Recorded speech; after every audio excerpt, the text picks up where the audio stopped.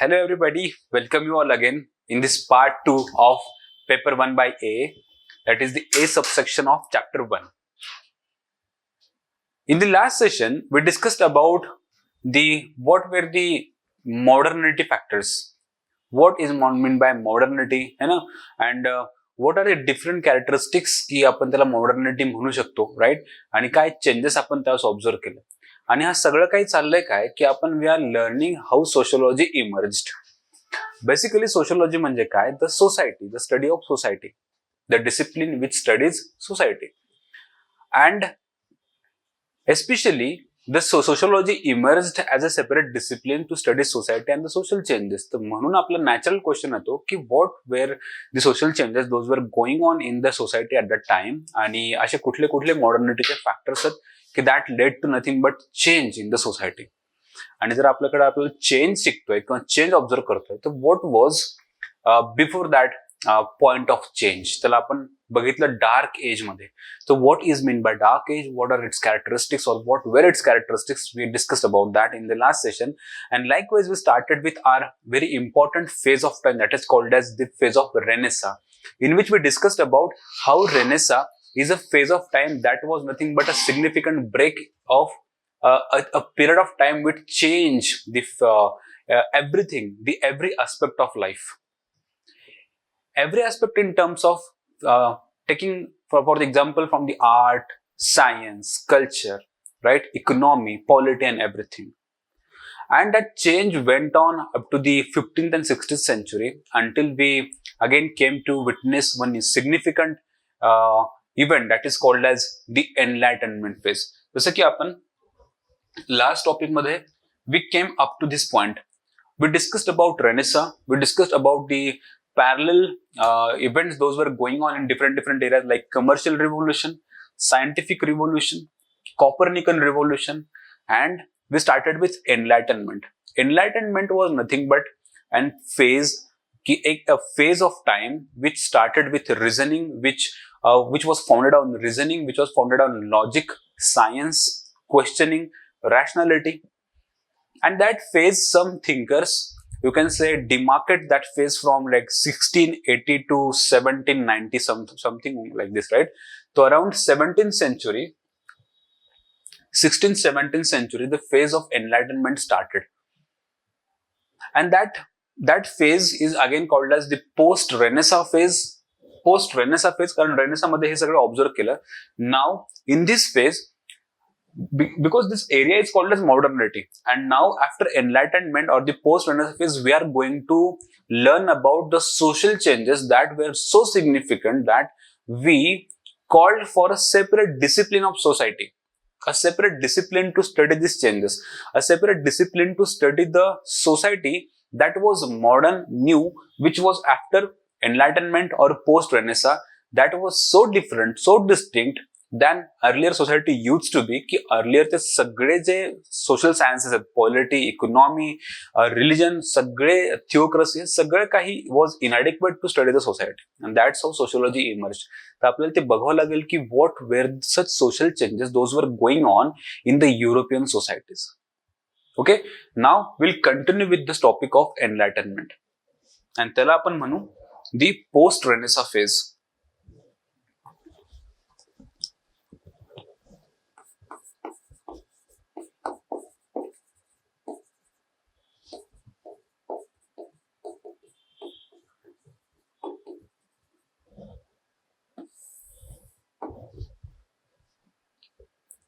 In post-Renaissance phase, I would like to first of all start with development in sciences.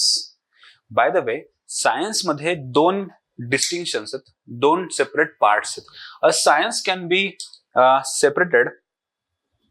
A science can be separated as a natural science or a social science.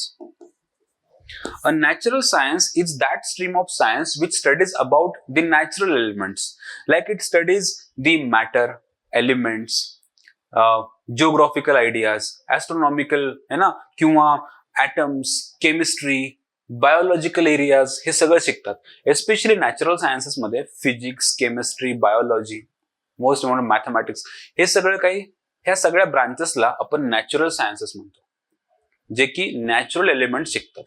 Social sciences म्हणजे की ज्या humanitarian science आहे ना, की त्याला आपण म्हणू की ह्युमॅनिटीज जो ब्रांच आहे, त्यामध्ये येतं सोशल सायन्स मध्ये सोशिओलॉजी येतं, सायकोलॉजी येतं, है ना. ह्या सगळ्या प्रकारचे जे ऍस्पेक्ट्स आहेत, अँथ्रोपोलॉजी है ना, ह्या सगळ्या streams they become science also. Of course they are science but they are social science. हा एक डिस्टिंक्शन. आता आपण इथे काय बघतोय, ह्याचा मी तुम्हाला रेफरन्स का दिला, की that phase was very important phase, की ज्यावेळी significant changes in the science were going on. तर in post renaissance phase I would like to start with the social changes starting from the developments in the branch of the natural sciences. So let's start with the development in natural sciences.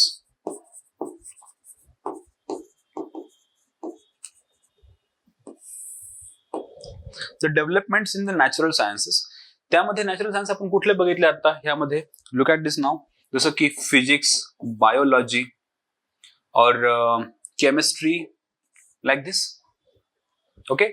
आता ह्या natural sciences मध्ये ह्या पिरियडला post renaissance phase मध्ये खूप सारे changes सुरू होते. Those were inspired from the ideas of modernity phase, rationality, science, challenging the you can say the traditions, Copernican रिव्होल्युशनचं इन्स्पिरेशन.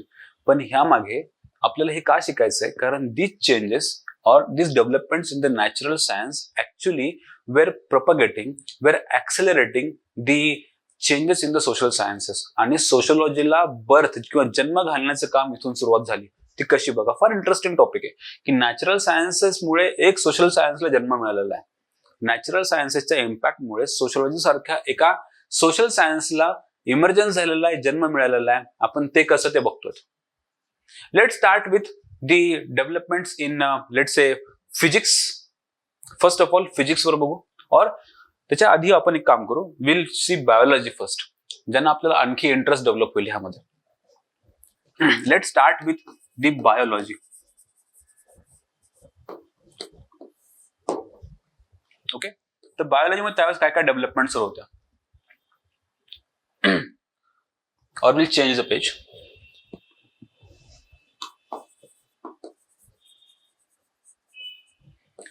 बायोलॉजी मध्ये सगळ्यात फर्स्ट डेव्हलपमेंट मला तुम्हाला सांगायची इच्छा आहे, that development regarding the discovery of circulation of blood, है ना. त्याला म्हणू की the how the blood circulates throughout the body, हे सगळ्यात पहिल्यांदा फाइंड आउट केलं गेलं. That phase, that is post renaissance phase, 16-17 सेंचुरीच्या आसपास. आणि the circulation of blood, that idea of circulation of blood किंवा ती डिस्कवरी होती, that was again with the help of William Harvey नावाचे एक बायोलॉजिस्ट, एक scientist. Circulation of blood, circulation of blood bye William Harvey.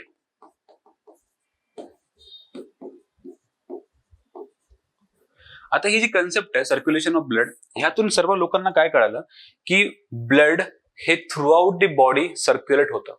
सगळ्या बॉडीच्या parts पर्यंत blood पोहोचतं आणि ते एक सेंट्रलाइज सिस्टम पासून, हार्ट पासून सगळ्यांपर्यंत पोहोचतं. अँड दॅट्स हाऊ हे सगळे जे पार्ट्स आहेत हे सगळे एकमेकांशी लिंक्ड आहेत थ्रू ब्लड ॲटलिस्ट, राईट. तर हे सगळे एकमेकांशी लिंक्ड आहेत आणि हे सगळे बॉडी जे पार्ट्स आहेत ते एकमेकांशी लिंक आहेत आणि ते बॉडीला मेंटेन ठेवण्याचं काम करतात. ते बॉडीला कंटिन्यू ठेवतात, ते बॉडीला ऑर्डरमध्ये ठेवतात. हे का पॉसिबल आहे, कारण थ्रू आउट दी बॉडी जे ब्लड ते सर्क्युलेट राहतं आणि एकमेका सगळ्या पार्टशी लिंक राहते. आता ही जी कन्सेप्ट आहे की ह्या ज्या कन्सेप्टला यूज केलं एका सोशिओलॉजी मधल्या ब्रांचनं, किंवा त्याला म्हणू आपण फंक्शनलिझमनं, किंवा जे जे सोशिओलॉजीचे अर्ली फाउंडिंग फादर्स होते ना, August Comte, Emile Durkheim, Herbert Spencer, ह्या सर्वांना ती कन्सेप्ट फार आवडली. काय होतं याच्यामध्ये सांगितलेलं की ह्या सर्क्युलेशन ऑफ ब्लड ह्या कन्सेप्ट मधनं एक कळालं, काय कळालं आपल्याला की द बॉडी पार्ट्स है ना, the body parts of the human body are linked together, है ना, लिंक्ड आहेत ते, ऑर्गनाइज्ड आहेत, राईट. आणि प्रत्येक बॉडी पार्टचा एक रोल आहे, त्याला आपण म्हणतो the function, function of the parts. ह्या कन्सेप्टचा यूज केला गेला सोसायटी स्टडी करायला. कसा? सोसायटी मधल्या सगळ्या इन्स्टिट्यूशन्सला एक बॉडीच्या ऑर्गन सारखं मानलं गेलं. फॉर एक्झाम्पल, जसं आपले बॉडीचे ऑर्गन्स आहेत, हात, पाय, ब्रेन, हार्ट, लिव्हर, किडनीज, हे सगळ्यांचं काहीतरी एक सेपरेट फंक्शन आहे. सगळ्यांना काही ना काही काम डिवाइड करून दिलेलं आहे, राईट? की because of you can say legs we can walk, है ना, लिव्हरमुळे अगेन प्युरिफिकेशन, स्टमकमुळे डायजेशन म्हणा, ब्रेनमुळे ऑर्गनायझेशन म्हणा, है ना, हातामुळे आपण काम करू शकतो, ब्रेनमुळे थिंक करू शकतो, है ना, लंग्स आहेत म्हणून आपण श्वास घेऊ शकतो, टंग आहे म्हणून बोलू शकतो, किंवा हा जो इथला पार्ट आहे, I am not a biologist, पण इथला जो आहे ना की आपण त्यामुळे बोलू शकतो. पॉइंट इज दॅट की सगळे जे बॉडी पार्ट्स आहेत त्यांचं काही ना काही बॉडीमध्ये एक इम्पॉर्टंट फंक्शन आहे आणि ते फंक्शन एकमेकांशी लिंक्ड आहे. जर सगळ्यांनी मिळून काम केलं तर ती बॉडी चालेल, राईट? अदरवाईज बॉडी ही or you can say deformities मधून जाईल, किंवा काही इम्पॉर्टंट पार्ट्स जर त्याचं काम बंद केलं तर बॉडी संपून जाईल, आपली लाईफ संपू शकते. ह्या बॉडीचे पार्ट्स सगळे एकमेकांशी लिंक्ड आहेत आणि ते ऑर्गनाइज्ड आहेत. ह्या ब्लड सर्क्युलेशन मधनं कळालं आपल्याला. सोसायटीचं पण तसंच आहे. सोसायटीमध्ये खूप सारे ऑर्गन्स आहेत, ऑर्गन्स, जसं की for example economy, family, marriage, religion, health, education, political structure. These are all the institutions in society.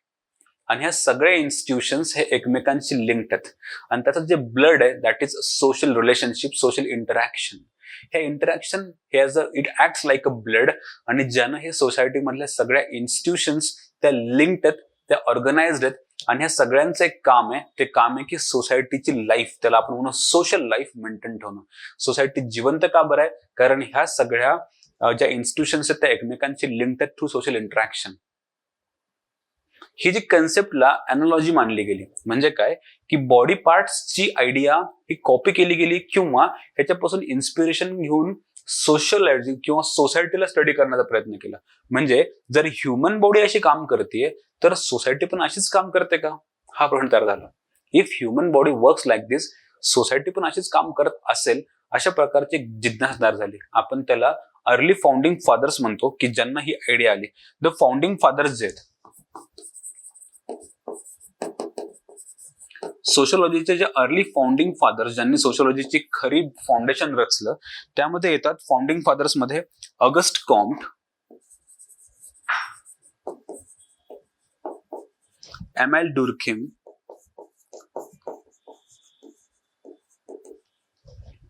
Herbert Spencer, George Simmel and all, right? ह्या सगळ्यांना ही कन्सेप्ट आवडली. त्यांनी काय केलं की सोशियोलॉजीला, ह्या कन्सेप्टला म्हणजे सोसायटीला स्टडी करायला सुरुवात केली.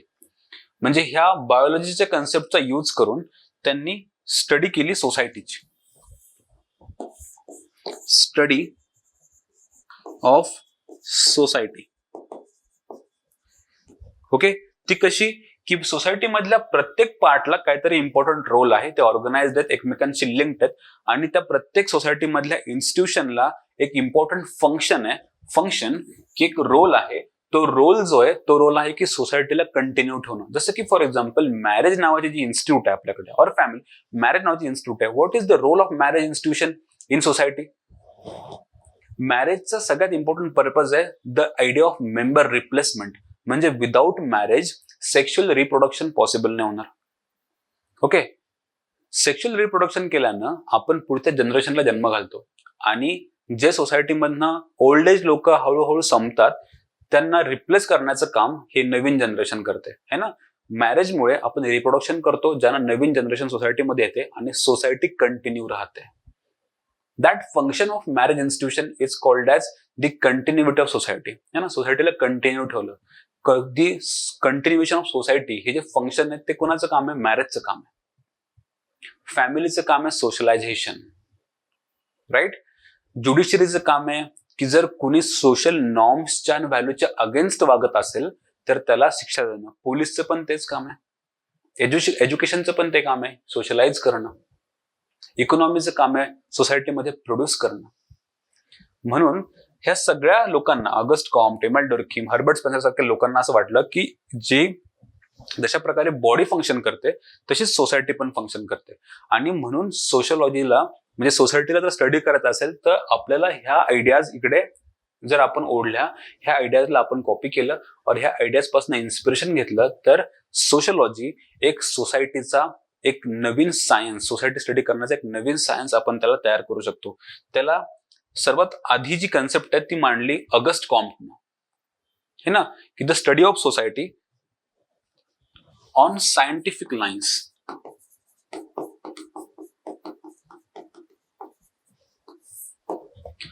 त्यातूनच सोशियोलॉजी मधल्या एका इम्पॉर्टंट पर्स्पेक्टिव्हचा जन्म झाला, फंक्शनलिझम. फंक्शनलिझम इन सोशियोलॉजी. फंक्शनलिझम म्हणजे सोशियोलॉजीची अशी ब्रांच की जी सोसायटीला एका फंक्शनल टर्म्स म्हणजे सोसायटीच्या प्रत्येक इन्स्टिट्यूशनला काहीतरी रोल आहे असे शिकते. ही जी आयडिया आहे ही सगळ्यात सुरुवातीला ऑगस्ट कॉम्ट यांनी टाकली.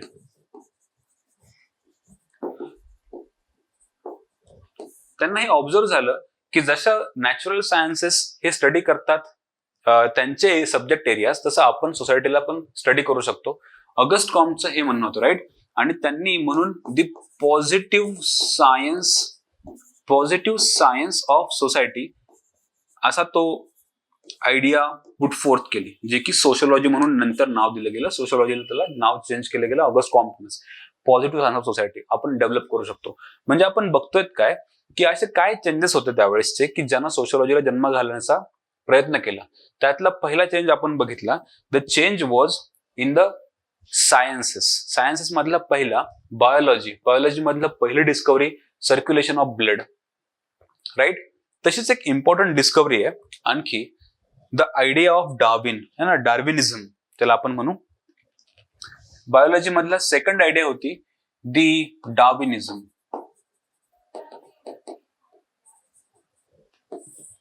डार्विनिझमनं सगळ्यात इम्पॉर्टंट आयडिया समोर आहे ना, डार्विन नावाचे सायंटिस्ट त्यांनी 2-3 कन्सेप्ट इंट्रोड्यूस केला, जसं की for example the evolution. Especially त्यांचं जे बुक होतं द डिसेंट ऑफ मॅन.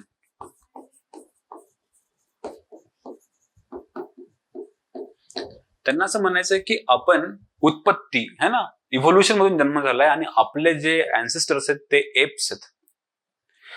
आधीपर्यंत कन्सेप्शन काय होतं की आपण देवाचा बालक आहोत, की देवानं माणसाला जन्म घातलाय. काहीतरी खूप चांगले त्यांनी पुण्य केले मागच्या जन्मामध्ये की ज्याच्यामुळे त्यांना मानव जन्म प्राप्त झालाय. That idea was religiously dominated. आणि ही आयडिया हे स्क्रॅच करण्याचा प्रयत्न केला गेला है ना, त्याला प्रूव्ह करण्याचा प्रयत्न केला की हे खोटं आहे आणि हे सगळं काही इव्होल्युशन मधून आलंय. वी आर डिसेंडंट किंवा दी है ना की we are next to the apes. That is called as the evolution process, survival of the fittest ही कन्सेप्ट मांडली गेली. मग ह्या कन्सेप्टवरनं, द इव्होल्युशन ह्याच कन्सेप्टवरनं early founding fathers of sociology यांना वाटलं की जर ह्युमन बिईंग हा अशा प्रकारे इव्हॉल्व्ह होऊ शकतो फ्रॉम अ सिंगल सेल एक स्पेसिसपासनं आज एक कॉम्प्लेक्स बॉडी जी आपल्याला दिसते की we have different organs like we have brain, heart, lungs, kidneys and everything, जे की अत्यंत कॉम्प्लेक्स बायोलॉजिकल स्ट्रक्चर आहे. It evolved from a simple biological structure. ही कन्सेप्ट होती. What was Darwinism? डार्विनची आयडिया काय होती की एका सिम्पल और बायोलॉजिकल ऑर्गन पासून सिम्पल बायोलॉजिकल स्पेसिसपासून एक कॉम्प्लेक्स बायोलॉजिकल स्पेसिस तयार झाली, simple to complex, that is through evolution. ही त्यांची आयडिया होती डार्विनची, है ना, simple to complex through the process of evolution. Exactly ही आयडिया अपील झाली अर्ली फाउंडिंग फादर्सला. त्यांना असं वाटलं की जर एखादा बायोलॉजिकल ऑर्गॅनिझम अशा प्रकारे इव्हॉल्व्ह होऊ शकतो तर सोसायटी पण होऊ शकते. म्हणजे काय, आधी सोसायटीज ह्या सिम्पल असतील आणि आज ती कॉम्प्लेक्स बनली. और उलट जर बोलायचं गेलं तर आज जी सोसायटी कॉम्प्लेक्स आहे ही पहिल्यापासून अशीच कॉम्प्लेक्स आहे का? वेस्टर्न आहे का? इंडस्ट्रियल आहे का? अर्बनाइज सोसायटी ही पहिल्यापासून अवेलेबल आहे का? नाही. म्हणजे काय, societies earlier were simple society, tribal है ना, प्रिमिटिव्ह सोसायटीज, जी इव्होल्युशन मधनं कॉम्प्लेक्स सोसायटी बनली, जी आज आपण ऑब्झर्व करतो वेस्टर्न वर्ल्ड मध्ये त्यावेळी, जसं की इंडस्ट्रियल मॉडर्न सोसायटी. म्हणजे जस्ट लाईक दी ऑर्गॅनिझम्स इव्हॉल्व्ड थ्रू फेज्ड मॅनर, तशीच सोसायटी पण फेज्ड मॅनर मध्ये इव्हॉल्व्ह झाली असावी अशी ती आयडिया आहे. आणि ही आयडिया इन्स्पायर्ड होती डार्विनिझम पासून, डार्विन्सच्या आयडियापासून, ज्याला आपण म्हणू सिम्पल टू कॉम्प्लेक्स. आणि ह्याच लाईन्सवर अर्ली फाउंडिंग फादर्सनं सोसायटीला स्टडी करायचा प्रयत्न केला, सोसायटीला स्टडी करण्याचा प्रयत्न केला, ज्यामध्ये येतात पुन्हा एकदा August Comte and many other. एक एक्झाम्पल घेऊ ऑगस्ट कॉम्टचं, की ऑगस्ट कॉम्टनं पण अशाच प्रकारची थिअरी दिली की सोसायटीज ह्या पहिल्यापासून कॉम्प्लेक्स नाहीत. सोसायटी ही आधी प्रिमेटिव्ह होती, then it got its complex nature with the process of evolution. त्यांना सोसायटीला त्यांनी 3 फेज मध्ये डिव्हाइड केलं और 3 फेज मध्ये सोसायटीची डेव्हलपमेंट दाखवली. म्हणजे काय की सोसायटीज इव्हॉल्व्ड और developed in very phased manner. तर ऑगस्ट कॉम्ट काय म्हणतात, व्हेरी अर्लियर, तिचा जो अर्लियर फेज सोसायटीचा अर्लियर फेज त्याला थिओलॉजिकल सोसायटी म्हणतात. थिओलॉजिकल एक्झाम्पल घेतोय फक्त आपण, हे चॅप्टर 10 मध्ये सोशल चेंज मध्ये आपल्याला शिकायचं. सोसायटी अर्लियर थिओलॉजिकल म्हणजे एकदम primitive basic religion based, right. Theological it change to metaphysical, metaphysical to scientific. The third stage जी आज आहे ते ऑगस्ट कॉम्ट म्हणतात की just like biological organism the society is also evolved through the 3 phases. It was first stage was the theological society, secondly the metaphysical society, and third phase was, or third stage in the evolution society was the scientific society. This is called as the organismic analogy, ज्याला सगळ्यात importantly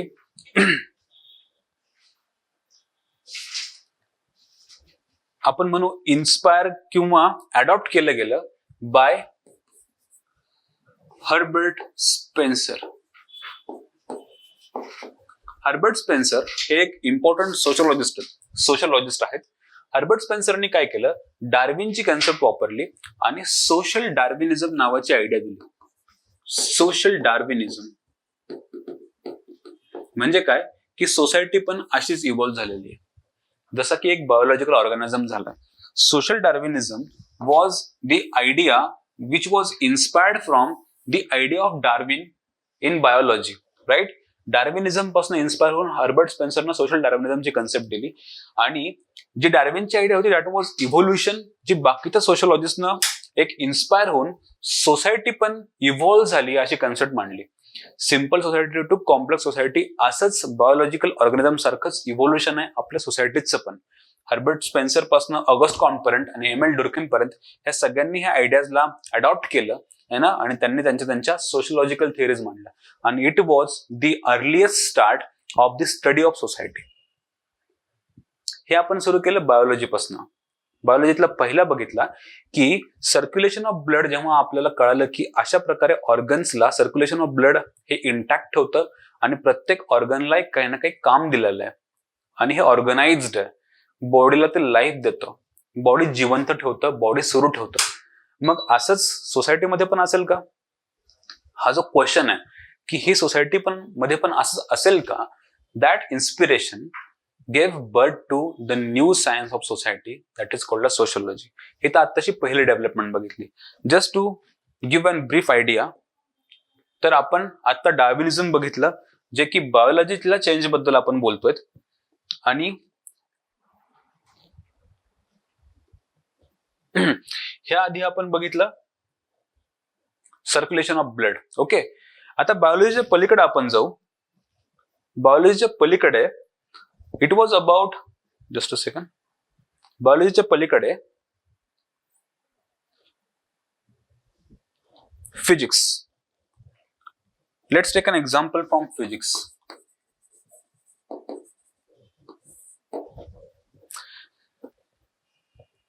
in physics मध्ये आपण काय करतो की we observe the matter, we study the matter है ना. मग आपण ते ऑब्झर्वेशन करतो, ऑब्झर्वेशन नंतर आपण त्या डाटाला लिहितो. डाटा एका हायपोथेसिस हायपोथेसिस तयार करतो, त्याच्यामध्ये डाटा टाकण्याचा प्रयत्न करतो. We try to prove that hypothesis और चेंज द हायपोथेसिस, आणि मग आपण एक थिअरी मांडतो जसं की E is equal to mc², किंवा तुम्ही हे म्हणा किंवा F is equal to ma है ना, force is equal to mass into acceleration है ना, किंवा ऍपल वरून पडलं डोक्यात मग आपल्याला ग्रॅव्हिटेशनल फोर्स तयार झाला है ना, ग्रॅव्हिटेशनल फोर्सची आयडिया आली. ग्रॅव्हिटेशनल फोर्सला ऑब्झर्व केलं गेलं की अर्थ सूर्याभोवती का होतीये किंवा बाकीचे प्लॅनेट सगळे सूर्याभोवती का फिरतात. मग एक्झॅक्टली ग्रॅव्हिटेशनल फोर्सचा अर्थ आणि सन यांच्यासोबत काय रिलेशनशिप आहे. मग कळालं की G is directly proportional to m1 m2 by r square. म्हणजे काय की नॅचरल सायन्सेस एस्पेशली फिजिक्स ज्या पद्धतीमध्ये स्वतःसोबत डेव्हलपमेंट करत होतं, ज्या पद्धतीमध्ये थिंग्सला ऑब्झर्व करत होतं, ज्या पद्धतीमध्ये थिंग्सला नोट करत होतं आणि ज्या पद्धतीमध्ये थिअरी मांडत होतं, त्याला आपण म्हणतो the idea of generalization. Generalization म्हणजे काय.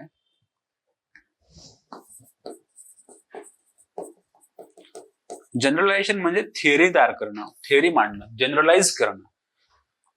ते कसं करतो आपण. With the help of observations, hypothesis, मग डाटा जो की सायंटिफिकली कलेक्ट करतो आणि हा डाटा वापरतो आपण जनरलाइज करायला, एक थिअरी मांडायला. जसं की फॉर एक्झाम्पल जर न्यूटननं त्याचे 3 लॉज देताना F is equal to ma किंवा the action is responsible for reaction वगैरे, डोंट यू थिंक की त्यांनी ऑब्झर्व केलं, हायपोथेसिस मांडला, डाटा गोळा केला, त्याला ऑब्जेक्टिव्हली बघितलं, क्रॉस व्हेरीफाय केलं है ना, व्हॅलिडेट केलं, रिलायबल एक बघितलं आणि मग मांडला शेवटचा थिअरी की F is equal to m हे, किंवा G is directly proportional to m1 m2 by r square, E is equal to mc square. हे सगळं काय, हे नॅचरल सायन्स एस्पेशली फिजिक्स मधले डेव्हलपमेंट आहेत. Those were based on the scientific research methods.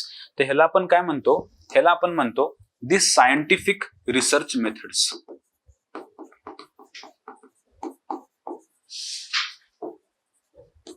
ह्या scientific research मेथड्सचा basic आहे की सायन्स बेस्ड आपण ऑब्झर्व करतो, रॅशनॅलिटी वापरतो आणि मगच थिअरी मांडतो, ते पण व्हेरीफाय करून. इथे रिलिजनचा रोल नाहीये है ना, किंवा इथे ऍझम्पशन्स, प्रिझम्पशन्स की इंट्युशन्स ह्यांना रोल नाहीये.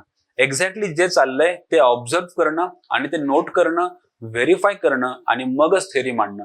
सोशिओलॉजीला पण हेच वाटलं अर्ली फाउंडिंग फादर्सला की the way this natural sciences are progressing, the way this natural sciences are dealing with their own subject matter can be deal in the same way with our own subject matter, that is the society. Can we study the society in very scientific manner? Can we observe the society in scientific manner? Can we measure these social relationships in scientific manner? Can we generalize the whole theory of society in very scientific manner? And exactly that happened. त्याला आपण म्हणू the sociology ह्या scientific methods ला adopt केलं आणि त्यांनी सुद्धा ह्या सगळ्या आयडियाज सोशियोलॉजीमध्ये किंवा सोसायटीचा स्टडी करण्यासाठी यूज करायला सुरुवात केली. म्हणजे काय की the developments in the science especially in physics and biology that inspired the emergence of sociology a lot. म्हणजे काय की आपण बायोलॉजीमध्ये ज्या ज्या पद्धतीने डेव्हलपमेंट होतात किंवा बायोलॉजीला जे जे ऑब्झर्व होत आहे, we can observe the same things in society also. The natural sciences की which they are using the techniques of the observation and generalization, we can use the same techniques to study society also. That motivation, that idea gave the birth to a new science of society. है ना, a new science, त्याला म्हणू आपण एक a new science of society. He idea आली समोर की आपण सोसायटीला पण सायंटिफिक वे मध्ये स्टडी करू, right. That was the force behind this idea, the developments in sciences, right, especially physics and biology. Let's move forward one step again. ह्याच पिरियडमध्ये जेव्हा science was developing, parallelly political एरियामध्ये एक इम्पॉर्टंट ना, त्याला आपण म्हणू की एक उलट पालट, एक इम्पॉर्टंट चेंज सुरू होता. That change was in the name of the French Revolution. Or just a second. The French Revolution. French Revolution च्या बॅकग्राऊंड बद्दल जास्त डिस्कस करण्याची गरज नाहीये, because it is the part of the you can say the the world history part, जिथे आपण बघतो की फ्रेंच रिव्होल्युशनच्या मागे एक्झॅक्टली कुठले कुठले फॅक्टर्स रिस्पॉन्सिबल आहेत.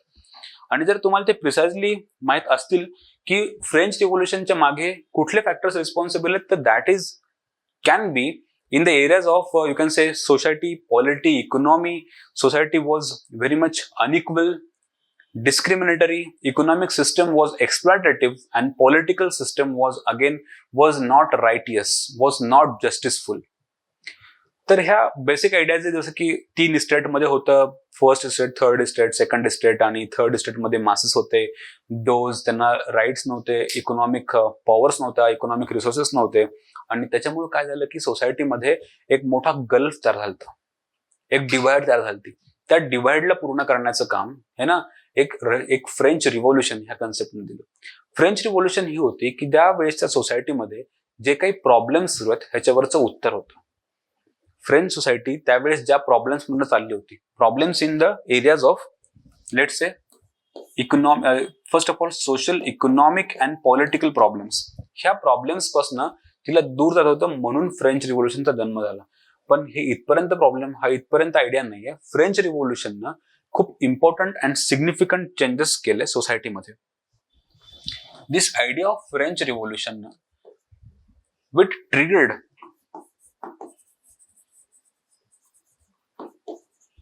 the important changes in society.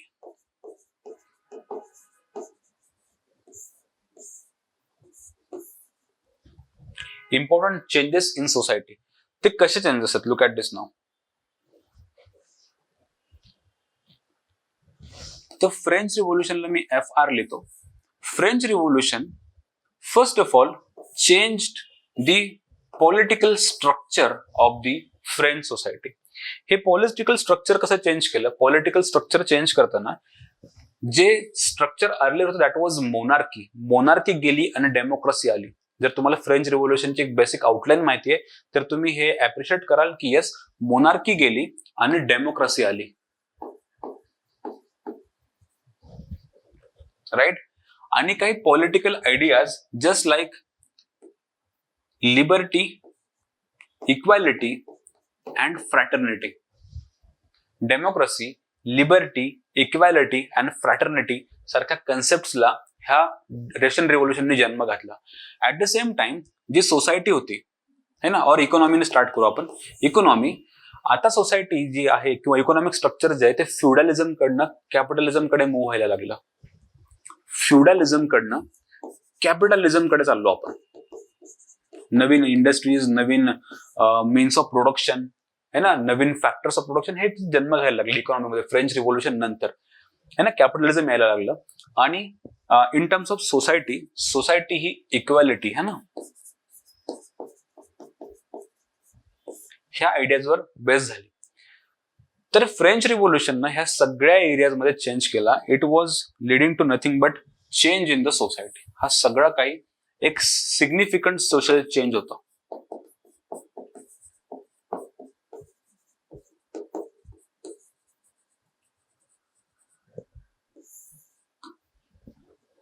बरोबर. पण फ्रेंच रिव्होल्युशनचा प्रॉब्लेम असा झाला की फ्रेंच रिव्होल्युशनचे हे सगळे रिझल्ट लॉंग टाइम साठी तिथे लास्ट नाही केले. तो नंतर नेपोलियन बोनापार्ट अँड ऑल. तर पुन्हा एकदा फ्रेंच रिव्होल्युशन नंतर ह्या सगळ्या नवीन चेंजेसमुळे ऍज दॅट सोसायटी, असं काही थिंकर्स म्हणतात की सोसायटी वॉज टू इमॅच्युअर की त्यांना हे सगळे चेंजेसला ऍक्सेप्ट करेल. म्हणून आपण फ्रेंच रिव्होल्युशनचे प्रॉब्लेम्स नंतर बघतो की तो है ना नेपोलियन बोनापार्टा वगैरे की सगळं उलटं पडलं आणि फ्रेंच सोसायटी पुन्हा प्रॉब्लेम्स मध्ये गेली, जे की वॉज डिफरंट. पण ह्या फ्रेंच रिव्होल्युशननं त्या सोसायटीला खूप चेंज करून दाखवलं in terms of this new idea, new economy, new polity, new society. पण जे काही खूप वेळ टिकलं नाही. ग्रेट. ह्या फ्रेंच रिव्होल्युशन सोबत एक इम्पॉर्टंट रिव्होल्युशन, एक इम्पॉर्टंट आयडिया त्यावेळेस चेंज हा especially in the economic terms सुरू होता. That change is nothing but the industrial revolution.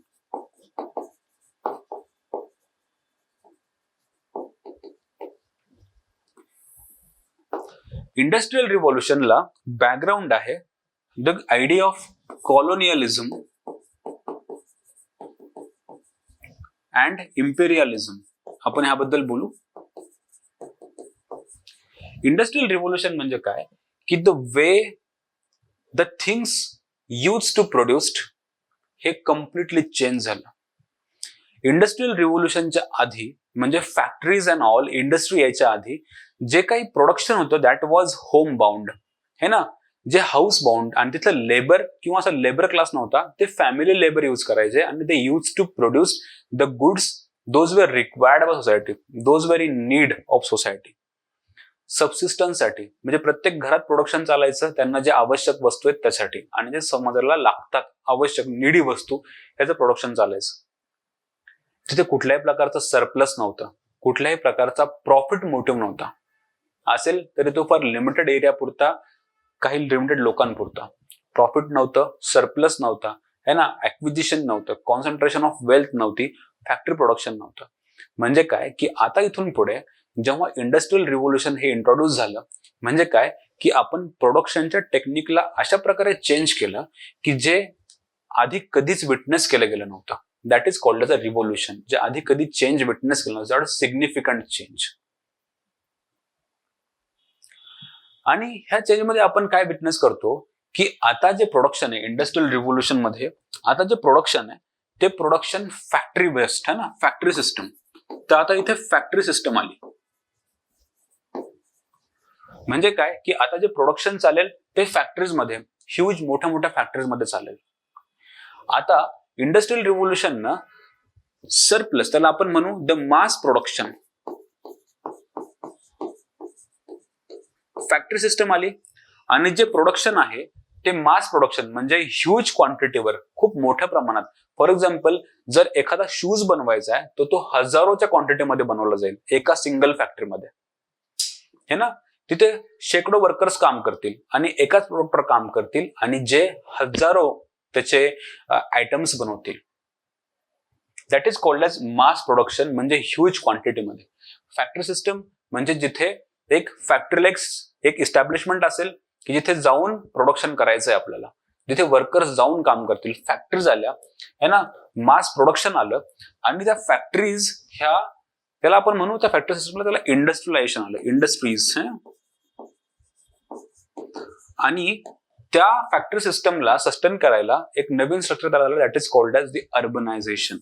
म्हणजे नवीन सिटीज डेव्हलप व्हायला लागल्या की ज्या सिटीज मध्ये हे सगळं काही सिस्टम फॅक्टरीज वगैरे असतील आणि जिथे बाकीच्या एरियामधनं मायग्रेट करून काही रुरल लेबर येईल, ते labour will work in this industries for the sake of mass production, for the sake of factory system. आणि त्याचा सगळ्यात इम्पॉर्टंट मोटिव्ह होता प्रॉफिट. पण ह्याचं बॅकग्राऊंड इज धिस, राईट. कसं की जेव्हा कॉलोनियलिझम आणि इम्पेरियलिझम होत ॲट पीक. कॉलोनियलिझम म्हणजे काय की जिथे एखादी दुसरी कंट्री ही त्याला पॉलिटिकली डॉमिनेट करते दुसऱ्या कंट्रीला, आणि इम्पेरियलिझम मध्ये इकॉनॉमी प्लस पॉलिटी दोन्ही आलं. इथे economic exploitation and political domination same here, पण इथे थोडासा वाईड स्प्रेड, त्याचा अजून थोडा दायरा मोठा. Imperialism for commercial motives. Okay, तर इम्पेरियलिझम प्लस कमर्शियलिझम ह्या दोन कन्सेप्टनं काय केलं, it established colonies like India, है ना, colonies like America, South East Asia, ज्यावर डॉमिनेट करतील European countries. European countries like UK, Spain, France, है ना, पोर्तुगीज. ह्या कंट्रीजना, ह्या युरोपियन कंट्रीजना throughout the world they establish the colonies. They use to exploit the resources, natural resources present in those colonies. जसं की इंडियामधनं cotton म्हणा, south east एशियामधनं wood म्हणा, है ना, अमेरिकाज मधनं रबर म्हणा. हे सगळ्या काही गोष्टी दे यूज टू एक्सप्लॉइट, आणि हा सगळा raw material they use to take away in very cheap manner, cheap prices और even free of cost, because of the colonialism and imperialism, free of cost. आणि ते घेऊन ते ह्या इंडस्ट्रीज मध्ये जायचे, मँचेस्टरला, युकेला. तिथं त्याला ते फिनिश गुड बनवायचे आणि तो पुन्हा माल विकत घ्यायला और विकायला आपल्या बाकीच्या colonies throughout the world ते विकायचे. आणि यातून पुन्हा they use to generate huge profits, आणि त्या प्रॉफिट्स मधनं पुन्हा तो माल विकत घ्यायचा. तो माल चीप, ऑलरेडी चीप आहे, त्याला चीप करून ठेवलेलं आहे, मॅनिप्युलेट करायला प्राइसेस, आणि ते पुन्हा माल रॉ मटेरियल घेऊन जाणार, तिथं ते इंडस्ट्रियल रिव्होल्युशन मध्ये टाकणार, म्हणजे तिथल्या इंडस्ट्रीज मध्ये टाकणार. तिथून तो पुन्हा फाईन मँचेस्टर कॉटन और दी फॅब्रिक बनणार, तो पुन्हा इंडियन मार्केट्स मध्ये विकायला येणार आणि इंडियाला पुन्हा है ना, एक्सप्लॉइट केलं जाणार. Not only India, the many colonies like India, south East Asia मधल्या म्हणा, आफ्रिका मधल्या म्हणा, लॅटिन अमेरिकन कंट्रीज म्हणा, all these countries, all these areas, they served as the exploitative centers of these you can say the colonies, the colonial masters. आणि हा जो point आहे हा इंडस्ट्रियल रिव्होल्युशनचा, हे इंडस्ट्रियल रिव्होल्युशन हे सगळे चेंजेस केले. त्यांनी फॅक्टरी सिस्टम आणली, मास प्रोडक्शन आणलं, त्यांनी इंडस्ट्रीज आणल्या, त्यांनी अर्बनायझेशन, त्यांनी प्रॉफिट्स है ना, हे सगळं काय आणलं. पण इंडस्ट्रियल रिव्होल्युशननं फक्त इकॉनॉमिक टर्म्सवर नाही पण सोसायटीमध्ये पण खूप सारे प्रोफाउंड चेंजेस केले. काय काय चेंजेस केले? फॉर एक्झाम्पल,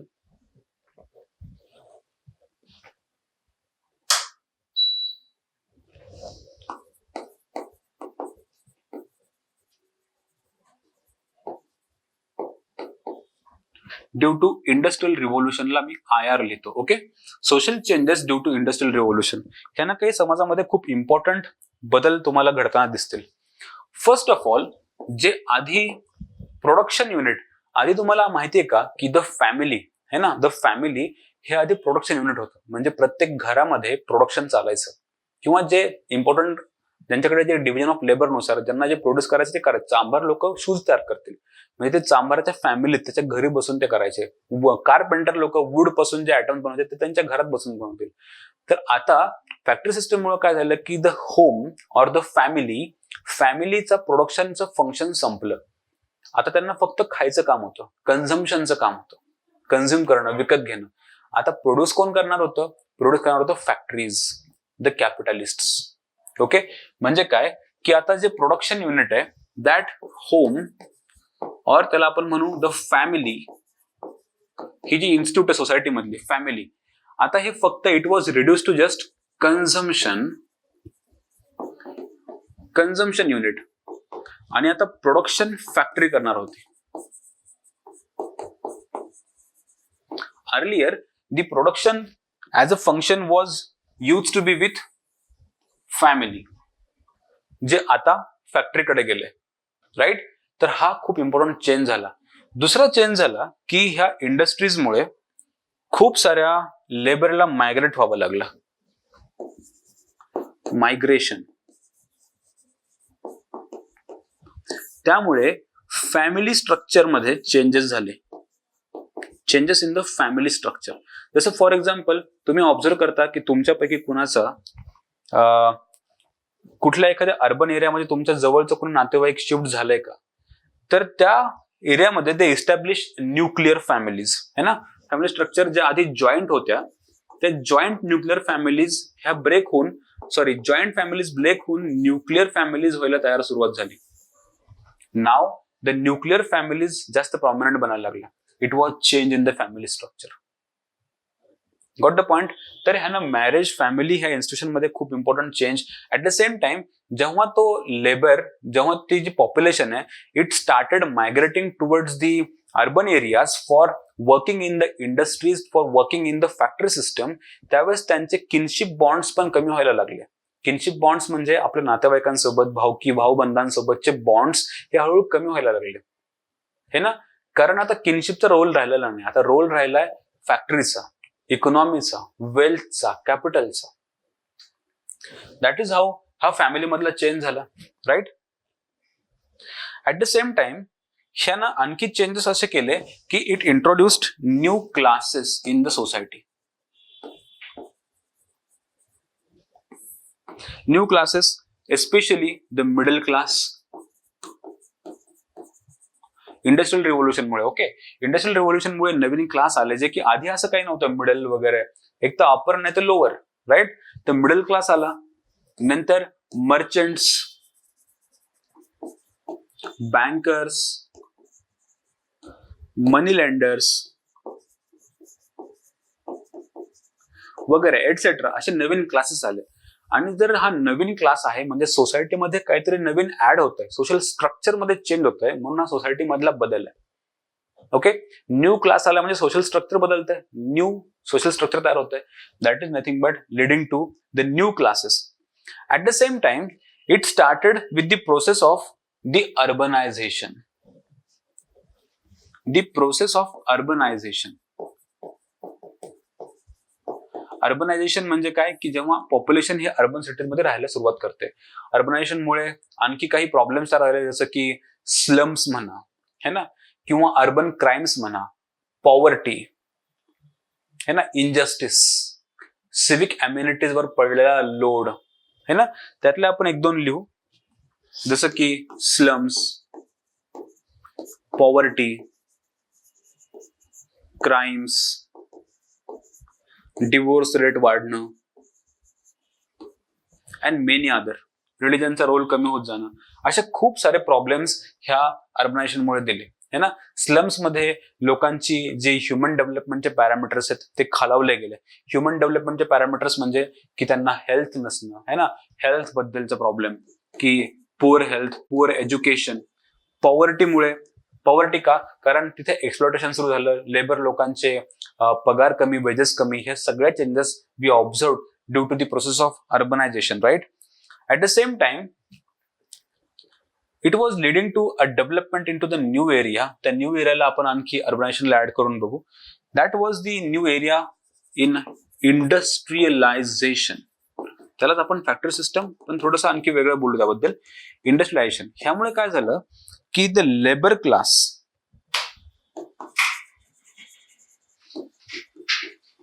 नावाचा एक क्लास तयार झाला, labour class. At the same time हा जो लेबर क्लास आहे हा खूप आनंदी किंवा सुखी नव्हता. हा labour class was the most exploiting और the most prone to exploitation, असा तो क्लास होता. Because they use to work long hours with the minimum wages. In terms of working hours and wages, they were getting exploited by the new class that is called as the capitalist class. तर असे दोन classes industrialisation मुळे तयार झाले, the capitalist class है ना, आणि the labour class. आणि द कॅपिटलिस्ट क्लास हा लेबर क्लासचं एक्सप्लॉयटेशन करायला लागला. ह्या एक्सप्लॉयटेशनमुळे the labour class started feeling alienated. Alienation नावाची एक इम्पॉर्टंट कन्सेप्ट आहे कार्ल मार्क्सची. म्हणजे ह्या लोकांना एलियनेशनची फिलिंग यायला लागली की आपण एक्सप्लॉइट होतोय आणि आपल्यासाठी कोणीच नाहीये, आपल्याला त्रास होतोय, राईट. आणि म्हणून दी थिंकर्स लाईक कार्ल मार्क्स वगैरे समोर आले की ह्या इंडस्ट्रियलायझेशन आणि अर्बनायझेशनमुळे होणाऱ्या सोसायटीमधल्या डिस्टर्बन्सेसला स्टडी करण्याची आवश्यकता आहे, जे अर्लियर हे कुठल्याच ब्रांचने ह्याला अटेम्प्ट केला नव्हता. इफ यू कॅन ऑब्झर्व की जे काही चेंजेस आपण ऑब्झर्व करतोय because of what, this economic development called as industrial revolution, ज्यामध्ये अर्बनायझेशन बघितलं, ज्यामध्ये आपण बघतोय की लेबर क्लास है ना, लेबर क्लासचं एक्सप्लॉयटेशन हा सोसायटीमध्ये नवीन चेंज होता. म्हणजे आधी असं कधी ऑब्झर्व झालं नव्हतं की लेबर क्लासला एक्सप्लॉइट केले गेले, और रादर लेबर क्लास हा नवीन क्लास आहे, कॅपिटलिस्ट क्लास हा नवीन क्लास आहे. आधी होते फ्युडल है ना, फ्युड्स आणि सर्फ्स, तर आता आलेत हे दोन नवीन. जर हे दोन नवीन स्ट्रक्चर आलेत सोसायटीमध्ये तर हा सोशल चेंज आहे, आणि हा पण सोशल चेंज आहे ज्याला कार्ल मार्क्स म्हणतो alienation. If you are not okay with this concept, तुम्ही एकदा रेफर करा व्हॉट इज एलियनेशन, जिथे लेबर क्लासला स्वतःपासून दूर, सोसायटीपासून दूर केलं जातं, एलियनेशन. ओके, तर हे सगळं काही स्टडी करण्याची गरज होती. Karl Marx failed that. Engels, Karl Marx यांना असं वाटलं, मी स्पेलिंग लिहितो. एंजल्स पण एक खूप सिग्निफिकंट सोशल थिंकर आहेत. एंजल्स, कार्ल मार्क्स यांना वाटलं की आपण ह्या सगळ्या चेंजेसला शिकलं पाहिजे. कुठले चेंजेस?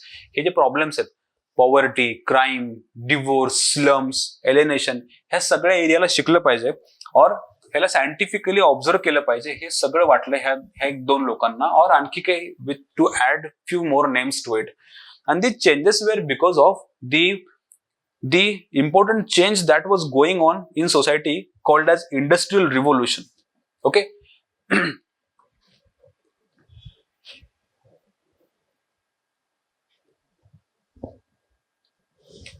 सोशल चेंजेस आपण बघितले इंडस्ट्रियल रिव्होल्यूशन मुळे. आणि इंडस्ट्रियल रिव्होल्यूशन बाय द वे काय आहे हे आपण त्याच्या लास्ट स्लाइडला बघितलं की व्हॉट इज इंडस्ट्रियल रिव्होल्यूशन, ज्यामध्ये हे सगळे चेंजेस आपण ऑब्झर्व करतो. ऍट द सेम टाइम आपण हे चेंजेस सोशल सोसायटीमध्ये ऑब्झर्व करतो. म्हणून इंडस्ट्रियल रिव्होल्यूशन, फ्रेंच रिव्होल्यूशन, त्याच्या आधी आपण कुठलं बघितलं?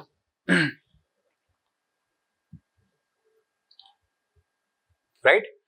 त्याच्या आधी आपण बघितलं की कसं ह्या सायन्सेस मध्ये डेव्हलपमेंट सुरू होती. तर just to recall you again की आपण कुठल्या ट्रॅकवर चाललोय, आपण बघतोय की हा जो डार्क एज होता, डार्क एज पासून रेनेसापर्यंत आपण कसं पोहोचलो, रेनेसाचे काय फीचर होते, रेनेसाने काय नवीन चेंजेस दाखवले, कमर्शियल रिव्होल्युशन पण त्यावेळेस पॅरलली सुरू होती, नंतर सायंटिफिक रिव्होल्युशन पण पॅरलली सुरू होती. ऍट द सेम टाइम ह्या सायंटिफिक रिव्होल्युशनचं जे एक्सटेन्शन म्हणा, कॉपरनिकन रिव्होल्युशननं लोकांची थिंकिंगच बदलून टाकली है ना. आपण आता रिलिजनला क्वेश्चन करायला लागलो, रिलिजियस आयडियाला क्वेश्चन करायला लागलो, आणि ते सगळं क्वेश्चनिंग हा एनलायटनमेंट फेज आहे की जो आपण पोस्ट रेनेसा फेज मध्ये बघतो. ह्या सगळ्या चेंजेसला आपण मॉडर्निटी म्हणतो है ना. जसं टॉपिक जर तुम्ही सिलेबसचा परत बघाल, modernity and social changes in Europe, तर ह्याला सगळ्यांना आपण मॉडर्निटी म्हणतो. जे की अर्लियर आपण एका डायग्राम मध्ये बघितलं की मॉडर्निटी म्हणजे नेमकं काय. Please recall that. मॉडर्निटी म्हणजे काय, तर हे सगळं काही मॉडर्निटीचा पार्ट येतोच. मग ह्या एनलायटनमेंट फेज नंतर आपण काही सोसायटीमध्ये सिग्निफिकंट सोशल चेंजेस ऑब्झर्व केले. If you can look at the syllabus again, the modernity and social changes. जे सोशल चेंजेस कुठले, तर सोशल चेंजेस हे होते की जे ह्या डेव्हलपमेंट्स पासून इन्स्पायर्ड इन द सेन्स की जेव्हा त्यांनी ऑब्झर्व केलं की हे जे नॅचरल सायन्सेस मध्ये डेव्हलपमेंट चालल्यात, ह्या developments are to useful to study society. आपण ह्या सगळ्या इन्स्पिरेशन घेऊन सोसायटीला स्टडी करू शकतो. जसं की सर्क्युलेशन ऑफ ब्लड पासनं आयडिया आली फंक्शनलिझम इन सोशियोलॉजी, म्हणजे सोसायटी मधले ऑर्गन्स जे they are link to each other, आपण ह्याचा यूज करू शकतो. ऍट द सेम टाइम अशी पण आयडिया आली की डार्विनिझम जर ही कन्सेप्ट असेल, तर डार्विनिझमच्या कन्सेप्ट पासून आपण इव्होल्युशनला शिकू शकतो. सोसायटी पण इव्हॉल्व्ह झाली असेल का, ही कन्सेप्ट तयार झाली. फिजिक्समध्ये जसं सायंटिफिक वे मध्ये ते त्यांची स्टडी करतात सब्जेक्ट मॅटरची, तसं आपण सोसायटीची पण स्टडी करू शकतो. म्हणून ह्या सगळ्या कन्सेप्ट पासून अ सायन्स ऑफ सोसायटी, त्याला आपण म्हणू a new science of society, हे डेव्हलप व्हायला सुरुवात झाली. Right. At the same time त्याच पॅरलली पॉलिटिकल एरियामध्ये, म्हणजे एनलायटनमेंट फेज मध्येच 1790s-80sच्या आसपास फ्रेंच रिव्होल्युशनला एक यू कॅन से मोठा एक लीप मिळाला. Due to its political, economic and social exploitation, the people of France society or French society, they joined their hands against that exploitation. ज्यांनी फ्रेंच रिव्होल्युशनला एक चॅनलाइज केलं, आणि ह्यामुळे सोसायटीमध्ये खूप सारे बदल झाले. बदल फक्त सोशल लेवलला नव्हते, पॉलिटिकल आणि इकॉनॉमिक लेवलला पण होते. आणि हे सगळे चेंजेस एवढे सिग्निफिकंट होते की दोज वेर नॉट विटनेस्ड और ऑब्झर्व्ड अर्लियर. म्हणून सोसायटीमध्ये एका नवीन सोशल सायन्सची गरज पडली की आपल्याला आता हे सगळं शिकायचं तरी कसं. हे पॉलिटिकल सायन्स शिकू शकत नाहीये है ना, हे इकॉनॉमिक्स फक्त शिकू शकत नाही, हे फक्त बायोलॉजी शिकू शकत नाहीये, हे फक्त हिस्ट्री. तर आपल्याला सोशल चेंज हा जर टॉपिक शिकायचा असेल, तर सोसायटी मधले डिस्टर्बन्सेस, सोसायटी मधले प्रॉब्लेम शिकायचे असतील, तर आपल्याला सोसायटीला शिकणारा एक नवीन ब्रांच लागेल. त्या ब्रांचला सोशियोलॉजी म्हणलं गेलं. Okay. And that's how industrial revolution पण त्यावेळेस पॅरलली सुरू होती. इंडस्ट्रियल रिव्होल्युशनचे आपण पॉइंट्स बघितले, आणि इंडस्ट्रियल रिव्होल्युशन मध्ये नेमकं काय बदललं सोसायटीमध्ये, की जे प्रोडक्शन फॅक्टर बदलले, मायग्रेशनमुळे फॅमिली स्ट्रक्चर बदलल्या, अर्बनायझेशन आणि इंडस्ट्रियलायझेशन आलं, आणि त्यामुळे सोसायटीमध्ये प्रॉब्लेम्स वाढले. राईट. असं म्हणतात, just a second,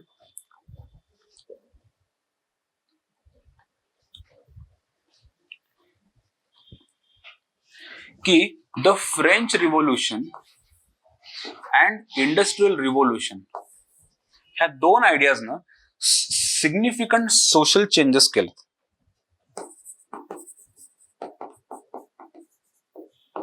significant social changes सोसायटीमध्ये घडून आणले. काही सोशलॉजिस्ट ह्याला म्हणतात द क्रायसिस. ह्यांनी this two revolutions introduced a crisis like situation in society. जे आधी स्टेबल है ना, स्टॅग्नंट, म्हणजे एकदम निवांत चाललेली सोसायटीला वी ट्रिगर्ड विथ टर्ब्युलन्स तयार केला सोसायटीमध्ये है ना, चेंज केला, पण तो टर्ब्युलंट फॉर्म मध्ये ढवळला. आपण सगळी सोसायटी ढवळली in sense of classes, economy, politics, सगळं काही चेंज करून दाखवलं. आणि त्यामुळे लोकांना आयसोलेशन फील व्हायला लागलं, एलिनेशन फील व्हायला लागलं, डिवोर्स व्हायला लागले है ना, मॅरेज तुटायला लागले, फॅमिली डिस्ट्रीब्यूट व्हायला लागल्या, जॉईंटचं न्यूक्लिअर व्हायला लागले. Now the man felt exploitation है ना, त्याच्या इंडस्ट्रीमध्ये एक्सप्लॉयटेशन व्हायला लागलं, गरिबी आली, पुअर लिव्हिंग कंडिशन्स आल्या अर्बन एरियाजमध्ये. ह्या सगळ्या प्रॉब्लेम्समुळे काय झालं, असे सोशियोलॉजिस्ट म्हणतात की this two revolutions, industrial French revolution, triggered the crisis like situation in society. Crisis in society. काही लोक त्याला न्यूट्रली म्हणतात सोशल चेंज, काही लोक म्हणतात त्याला crisis in society. But whatever that is, सोशलॉजीला हे सगळं काही फार इंटरेस्टिंग वाटलं. म्हणजे क्रायसिस म्हणा किंवा सोशल चेंज म्हणा, म्हणजे फ्रेंच रिव्होल्युशन, इंडस्ट्रियल रिव्होल्युशन आणि ह्याच्या आधीच्या डेव्हलपमेंट्स, त्याला आपण सायंटिफिक आणि कमर्शियल रिव्होल्युशन असं नाव देऊ. म्हणजे दी कमर्शियल रिव्होल्युशन, सायंटिफिक रिव्होल्युशन, इथे लिहितो मी CR आणि SR.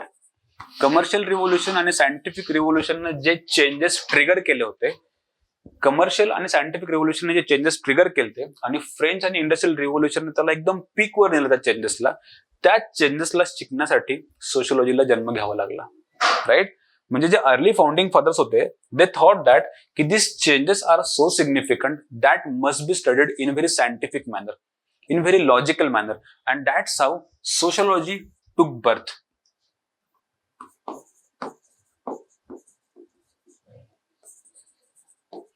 To study changes or the crisis that was going on in society. आणि सोशिओलॉजीने जन्म घेतला ह्या सगळ्या स्टडीजला, क्रायसिसला स्टडी करण्यासाठी. And that serve the new branch of sociology emerged.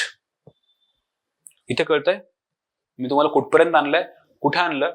The idea of commercial revolution, scientific revolution, French revolution, industrial revolution, ह्या सगळ्या ideas ना ह्या चेंजेसला स्टडी करायला we needed a separate, a distinct branch of science. त्याला आपण म्हणू study the social changes in very scientific manner, the science of society.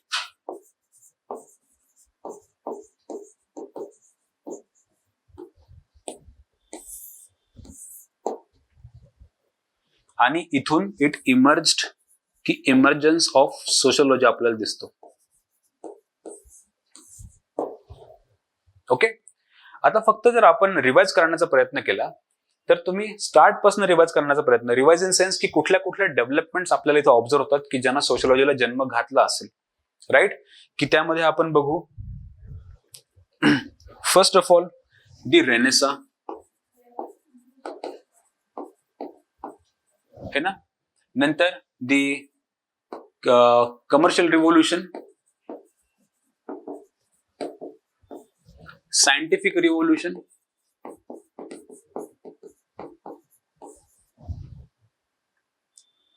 enlightenment, if I'm not leaving anything, enlightenment, the developments in science, industrial revolution and French revolution, French आधी घ्या and then industrial revolution. ह्या सगळ्यांचा परिणाम झाला की ह्याच्यामुळे खूप सारे सोशल चेंजेस तयार झाले.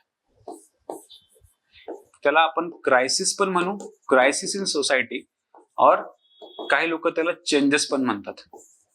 आणि ह्या चेंजेसला शिकण्यासाठी सोशियोलॉजीने जन्म घेतला. Getting my point? How sociology emerged, ह्या सगळ्या पॉइंट्स पासून, ह्या सगळ्यांपासून इन्स्पिरेशन घेऊन आणि घडलेल्या चेंजेसला अभ्यास करायला सोशियोलॉजी इमर्ज्ड. बट ह्याच्या पलीकडे पण काही 2-3 पॉइंट आहेत की ज्याला आपण म्हणू की हे सगळं इमर्ज तर आपल्याला कळालं की कॉज आहे, पण काही इम्पॉर्टंट इंटेलेक्च्युअल आयडियाज आहेत की त्यामुळे सोशियोलॉजीला अजून एक बर्थ और त्याला एक प्रोपल्शन मिळालं की ज्यानं सोशियोलॉजीचा इमर्जन्स झाला.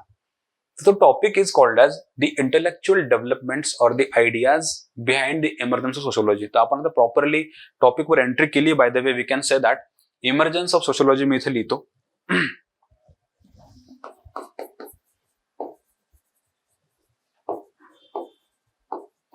तर आपण ह्या 3 टॉपिकला म्हणजे paper 1 by A, the A sub section आहे, त्यामध्ये आपण बघतोय मॉडर्निटी काय, ऑलरेडी डिस्कस अबाउट इट.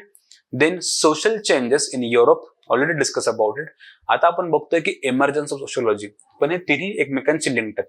म्हणजे मॉडर्निटीने सोशल चेंजेसला प्रोपेल केलं आणि ह्या सोशल चेंजेसला शिकायला हा सोशियोलॉजीचा इमर्जन्स झाला. जर आपण ह्याला डायग्रामॅटिकली लिहिण्याचा प्रयत्न केला तर आपण बघाल, तुम्ही सिलेबसला एकदा बघा की द चॅप्टर 1 बाय ए मध्ये 3 कीवर्ड आहेत. म्हणजे द मॉडर्निटी, जो रेनेसा वगैरे जो पिरियड है ना, इट क्रिएटेड और it propelled the social changes in Europe. है ना, सोशल चेंजेस इन युरोप मॉडर्निटीमुळे आले आणि ह्या सोशल चेंजेसला स्टडी करायला सोशियोलॉजी तयार झाली और इमर्जन्स ऑफ सोशियोलॉजी असा तो सिलेबस आहे ए. ह्या सोशल चेंजेसला स्टडी करायला सोशियोलॉजी इमर्ज्ड हा सिलेबस परत बघा syllabus कॉपीमध्ये.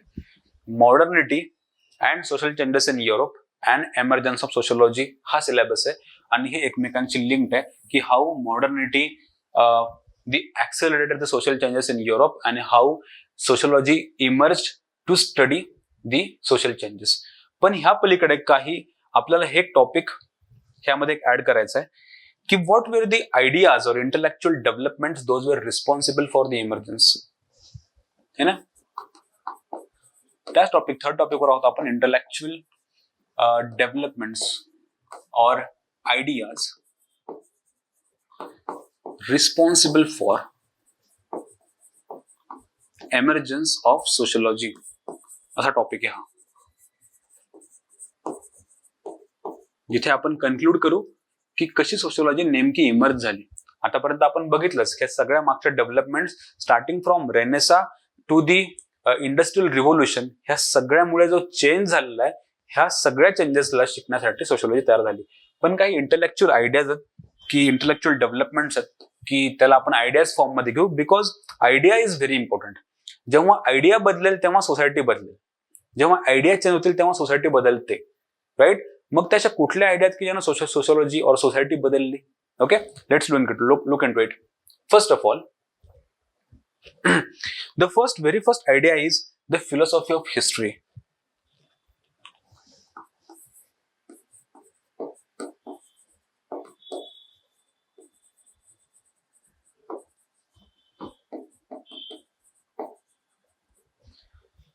The philosophy of history ह्या आयडियानं सांगितलं की the society develops or society progresses in a phased manner.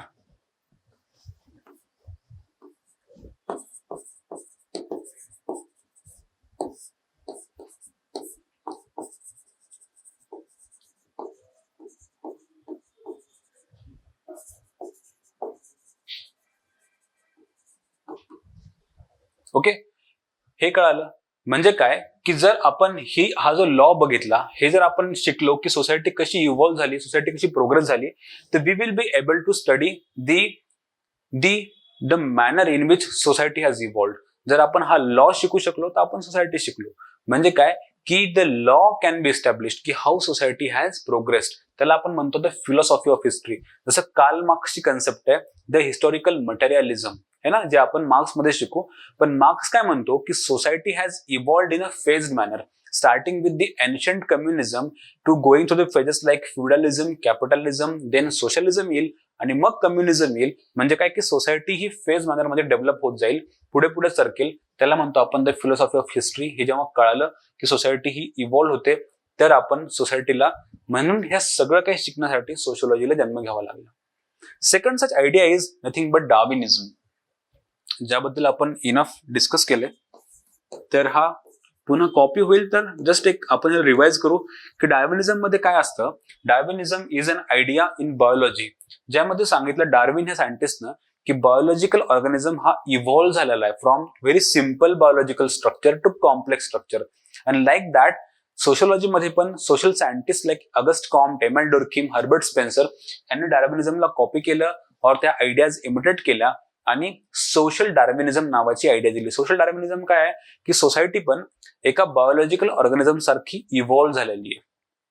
Society आधी सिम्पल होती, ती आता कॉम्प्लेक्स बनली आहे. म्हणून आपल्याला हे शिकता येऊ शकतं. जसं बायोलॉजी हे बायोलॉजिकल ऑर्गॅनिझमला शिकू शकते, तसंच सोसायटीला आपण सोशियोलॉजीनं शिकू शकतो. म्हणजे society can be studied with the help of principles that are used in natural sciences in very scientific manner, and that's how sociology will become the science of the new society, new industrial society, which will try to study the evolution of the new society. म्हणून sociology जन्म झाला, डार्विनिझम, right. The third such idea is nothing but survey of social facts or the survey of the you can say social phenomena.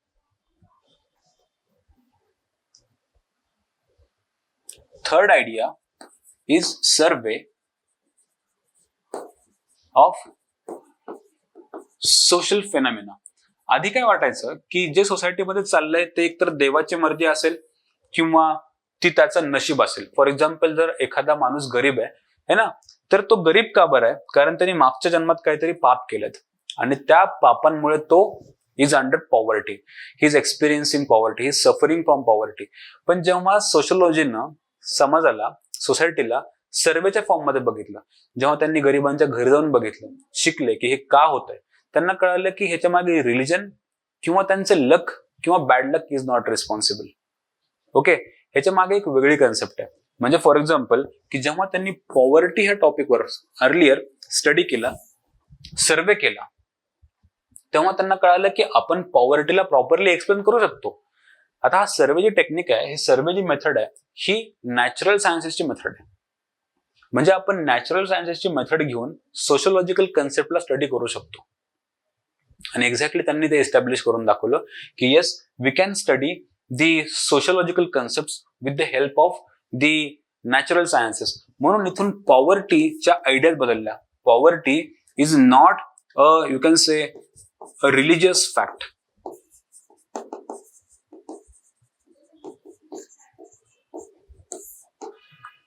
Poverty was a social fact now. आणि पॉवर्टीचं कारण सोसायटीमध्ये, त्याच्या मागच्या जन्मामध्ये नाहीये, हे आपल्याला कळालं जेव्हा आपण सर्वे केला पॉवर्टीचा. इथून मग इन्स्पिरेशन मिळालं सोशोलॉजीला की sociology can be organized on the lines of the natural sciences. Sociology can be formulated on the lines of natural sciences because of the idea of social survey.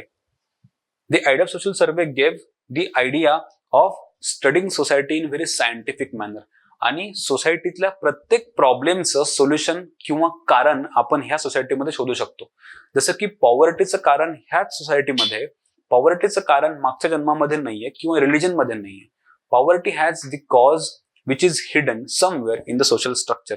May be त्याची caste backward असेल, may be त्याच्यासोबत exploitation झालं असेल, may be त्याच्या तिकडे rural डिस्ट्रेसमुळे है ना कर्जबाजारी असेल. तर हे सगळं काही इथेच रिस्पॉन्सिबल आहे, not that worldly solutions. And that's how सोशोलॉजीमध्ये सर्वे ह्या टेक्निकने एक रिव्होल्युशन आणली है ना. म्हणून सायंटिफिकली ऑर्गनाइज करणं, स्टडी करणं सोसायटीला पॉसिबल झालं. अँड लाईकवाईज जो आणखी एक इम्पॉर्टंट एरिया किंवा intellectual development was nothing but this scientific approach. हे त्याचंच एक्सटेन्शन आहे. Fourth is the scientific approach.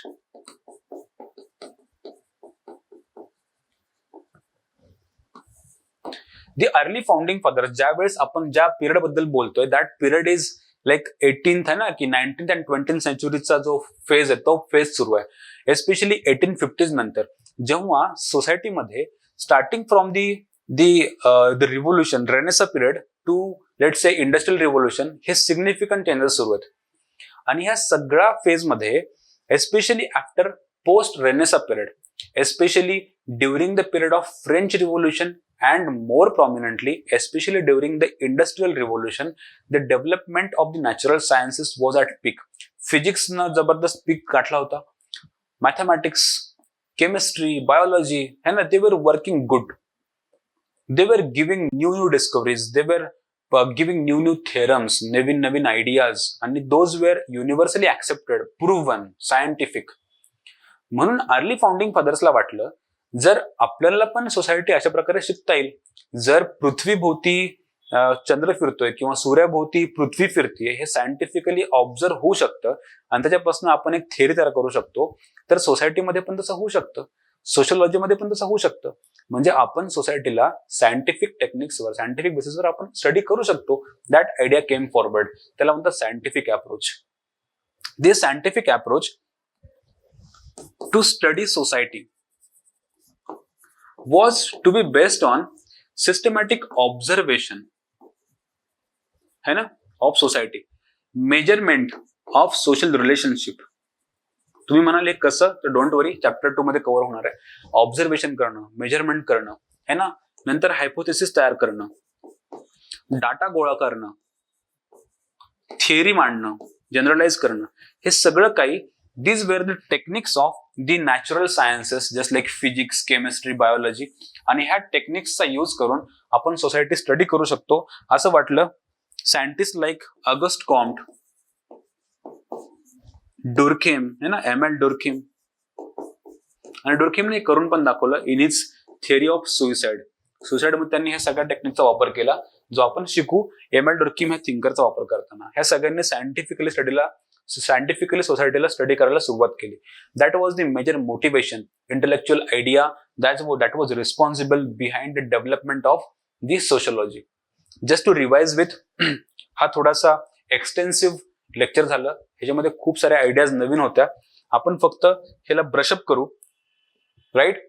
आपण हा जो लास्ट टॉपिक बघितला, दिस लास्ट टॉपिक वॉज रिगार्डिंग की how this is linked with each other. Modernity मुळे कसे चेंजेस झाले आणि या चेंजेसमुळे कशी सोशियोलॉजी इमर्ज झाली, हा टॉपिक आहे आपला. जसं की आपण हे बघितलं की त्यावेळी ह्या चेंजेस नेमके कसे होते आणि कुठले कुठले फॅक्टर्स त्याला रिस्पॉन्सिबल होते. Okay.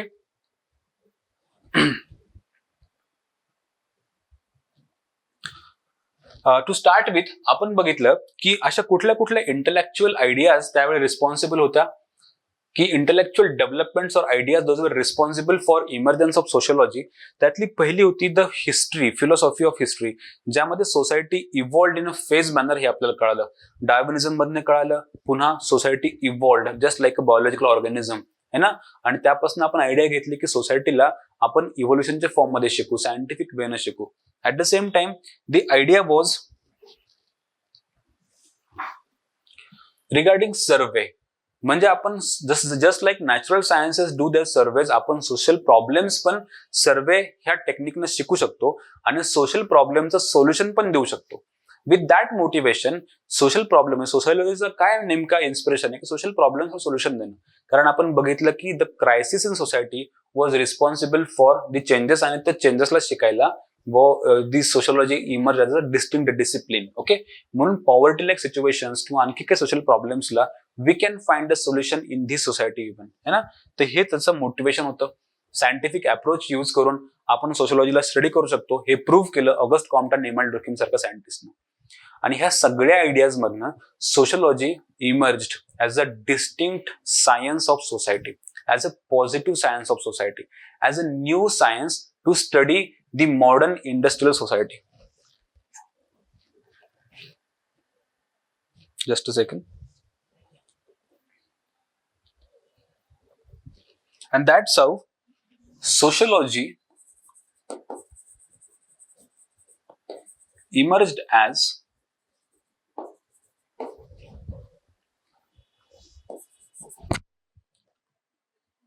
a distinct discipline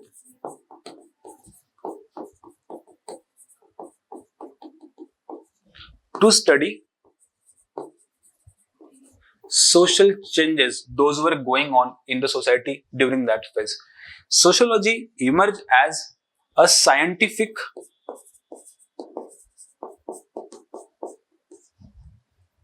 discipline to study society.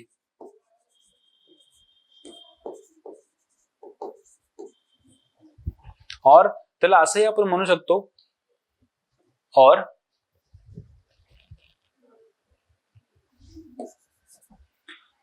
sociology as the science of, just like this, write like this, science of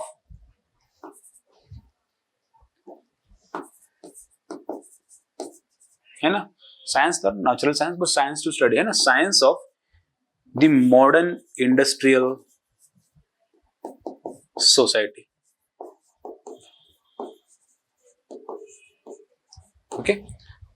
so जसं ऑगस्ट कॉम्ट म्हणतात द पॉझिटिव्ह फिलॉसॉफी किंवा सोशल फिजिक्स, तसंच sociology emerged as the distinct discipline to study the social changes, है ना, to study the social changes those were brought out by the ideas like Copernican revolution पासून, commercial पासून, industrial French revolution, the है ना, social changes due to modernity असं लिहा, due to modernity. जे मॉडर्निटीने changes आणले ते स्टडी करायला सोशियोलॉजीने जन्म घेतला. Scientific discipline to study society. August Comte म्हणेल a science of modern industrial society. असं एक सायन्स की जे मॉडर्न इंडस्ट्रियल सोसायटीला शिकतं. This was about the a subsection of the paper 1, chapter 1. Okay, तो sociology emerged. Why it emerged? For this reasons. आणि जे की ह्याच्या आधी कुठल्याही एका सेपरेट ब्रांचनं अटेम्प्ट केलं नव्हतं किंवा कुठल्या एका ब्रांचमध्ये ही कॅपॅसिटी नव्हती ज्या अर्लियर एक्झिस्टंट होत्या. त्यावेळेस पॉलिटिकल सायन्स होतं, अँथ्रो होतं, त्यावेळेस इकॉनॉमिक्स होतं, त्यावेळेस हिस्ट्री होतं, आणि ह्या सगळ्यांना हे सगळं काही शिकणं पॉसिबल नव्हतं. म्हणून एक स्पेशलाइज्ड ब्रांच तयार करणं आवश्यक होतं. That branch was in the name of sociology. Okay, with that note I would like to conclude this session, and ह्या टॉपिक पर्यंत we discussed about how sociology emerged. In the next phase, in the next chapter, next lectures, we are going to learn about what is exactly the scope of sociology and how can we compare the sociology with other natural sciences or other social sciences. Till then, I thank you very much. We'll meet soon with the new topic.